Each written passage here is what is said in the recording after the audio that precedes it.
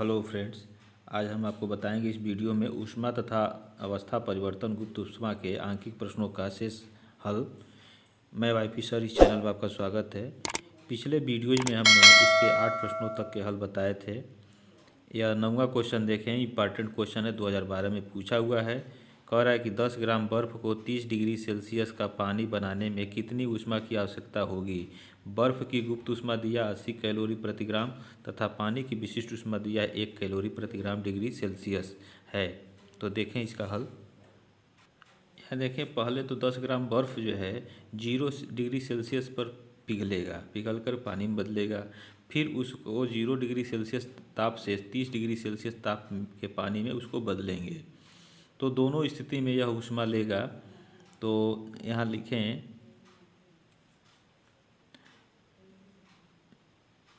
10 ग्राम बर्फ़ को 0 degree centigrade ताप पर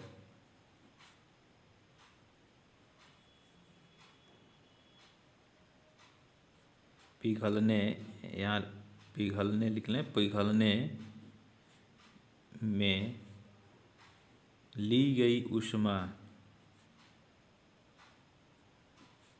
यह होगा ml के बराबर। ठीक है, चूँकि अवस्था परिवर्तन हो रहा है इसलिए यह ml होगा। ठीक है, और बर्फ़ जो है 0 डिग्री सेल्सियस पर पिघलता है। तो यहाँ m जो है 10 ग्राम लिख लेंगे और L विशिष्ट इसका जो है सारी गुप्त ऊष्मा है, और गुप्त ऊष्मा यहाँ 80 लिख लेंगे बर्फ़ का, और यह हो जाएगा 800 कैलोरी। ठीक है, अब यह 0 डिग्री सेल्सियस ताप पर बर्फ़ पिघल करके पानी में बदल गया। अब इसका ताप जो है 30 डिग्री सेल्सियस करना है। तो जब 0 से 30 होगा तो यह ऊष्मा लेगा। तो यहाँ लिखें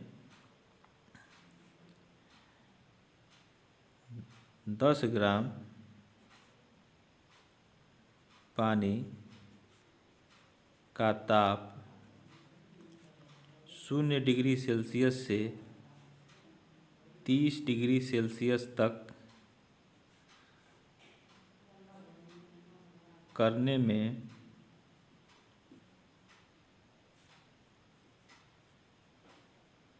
पानी द्वारा ली गई ऊष्मा, या पानी को दी गई ऊष्मा हो जाएगा, पानी द्वारा ली गई ऊष्मा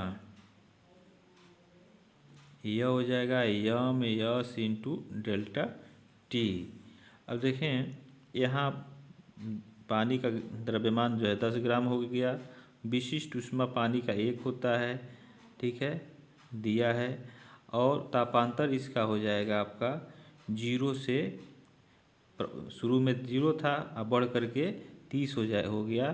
तो यह हो जाएगा 30 माइनस 0। ठीक है, तो इस तरह से यह हो जाएगा आपका 10 गुणे 30, और यह हो गया 300 कैलोरी। ठीक है, तो इसलिए कुल आवश्यक ऊष्मा यहाँ लिख सकते हैं, इसलिए आवश्यक कुल ऊष्मा यह हो जाएगा 800 अधन 300। ठीक है, यह हो गया 1100 कैलोरी। ठीक है, तो यही इसका आंसर होगा। यह इम्पॉर्टेंट क्वेश्चन है, ये पिछले बोर्ड परीक्षा में पूछा गया है। ठीक है, तो इसको आप देख लेंगे अच्छी तरह से। नेक्स्ट क्वेश्चन देखें, 10वां दिया है, एक बर्तन जिसकी ऊष्मा धारिता 5 कैलोरी प्रति डिग्री सेल्सियस है में 95 ग्राम जल 50 डिग्री सेल्सियस पर भरा है। इसमें 0 डिग्री सेल्सियस की 10 ग्राम बर्फ़ डालने पर मिश्रण का ताप क्या होगा। बर्फ़ की गुप्त ऊष्मा 80 कैलोरी प्रति ग्राम, जल की विशिष्ट ऊष्मा 1 कैलोरी प्रति ग्राम डिग्री सेल्सियस दिया हुआ है। ठीक है, तो देखें इसका हल। तो यहाँ हम माना मिश्रण का ताप T डिग्री सेल्सियस है, मिश्रण का ताप डिग्री सेल्सियस है। अब देखें एक बर्तन है जिसकी ऊष्माधारिता जो है 5 कैलोरी दिया हुआ है। तो यहाँ ऊष्माधारिता हम लिख लें, बर्तन की ऊष्माधारिता एमएस बराबर यह दिया हुआ है 5, ठीक है, कैलोरी प्रति डिग्री सेल्सियस।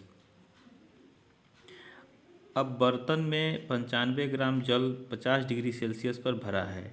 अब इसमें 0 डिग्री सेल्सियस की 10 ग्राम बर्फ़ डाल देते हैं तो मिश्रण का ताप जो है T डिग्री सेल्सियस होता है। तो देखें, तो जब बर्फ़ को डालेंगे तो वह 0 डिग्री सेल्सियस पर तो बदल जाएगा, पिघल के पानी में बदल जाएगा, और उसके बाद से उसका ताप जो है फिर 0 से बढ़ेगा, T तक होगा, फिर भी 50 से कम ही होगा, ठीक है। तो बर्तन द्वारा जो है ऊष्मा दी जाएगी। तो यहाँ लिखें, बर्तन द्वारा दी गई ऊष्मा, ठीक है। तो यह हो जाएगा आपका M S into delta T. तो यम एस का मान यहाँ से 5 दिया है तो 5 रख लेंगे, और तापांतर इसका हो जाएगा 50 ऋण टी, ठीक है। अब उसके बाद से देखें, उस बर्तन में 95 ग्राम जल भरा है, ठीक है, और 50 डिग्री सेल्सियस पर है, और जब बर्फ़ को डाल देते हैं तो उसका ताप जो है पानी का T डिग्री सेल्सियस हो जाता है। तो 95 ग्राम पानी का तापांतर हो जाएगा 50 माइनस T। तो यहाँ लिखें 95 ग्राम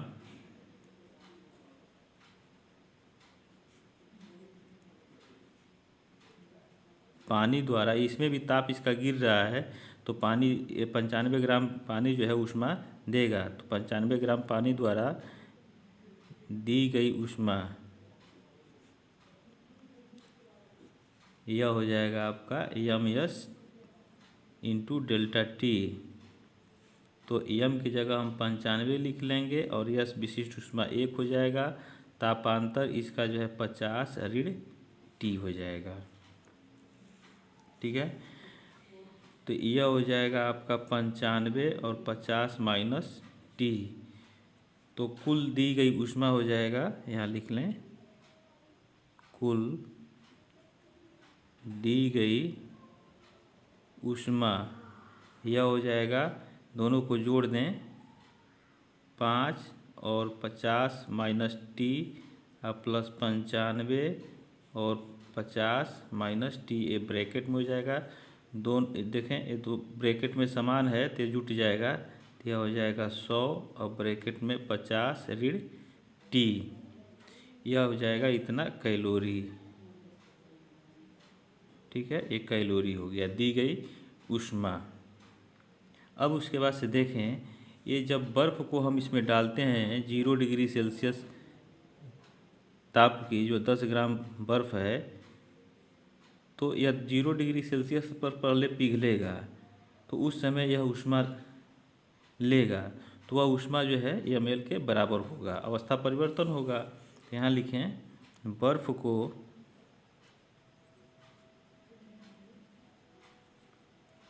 0 डिग्री सेल्सियस ताप पर पिघलने में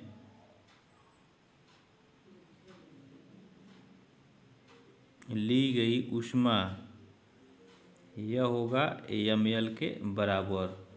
तो बर्फ़ का द्रव्यमान कितना है, यहाँ देखें 10 ग्राम दिया हुआ है, तो हम यहाँ 10 लिख लेंगे, और बर्फ़ की गुप्त ऊष्मा यह 80 है, तो यहाँ 80 लिख लेंगे, और यह हो जाएगा आपका 800 कैलोरी, ठीक है।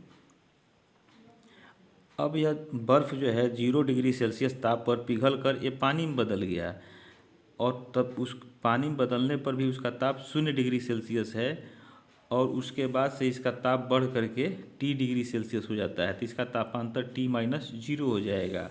तो यहाँ लिखें, 10 ग्राम पानी द्वारा 10 ग्राम पानी द्वारा ली गई ऊष्मा, तो यह हो जाएगा आपका M S into delta T. तो एम जो है 10 और पानी की विशिष्ट ऊष्मा 1, ठीक है, 1 दिया हुआ है, और तापांतर इसका जो है आपका हो जाएगा टी ऋण 0, तो यह हो जाएगा 10 टी। तो ली गई कुल ऊष्मा कितना हो जाएगा, यहाँ लिख लें, ली गई कुल ऊष्मा यह हो जाएगा 800 घन 10 टी, यह हो जाएगा कैलोरी, ठीक है, यहाँ कैलोरी लिख लें। अब कैलोरीमिति के सिद्धांत से, कैलोरी मिति के सिद्धांत से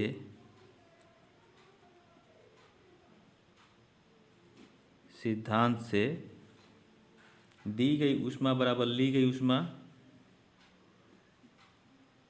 दी गई ऊष्मा बराबर ली गई ऊष्मा निकाल लें।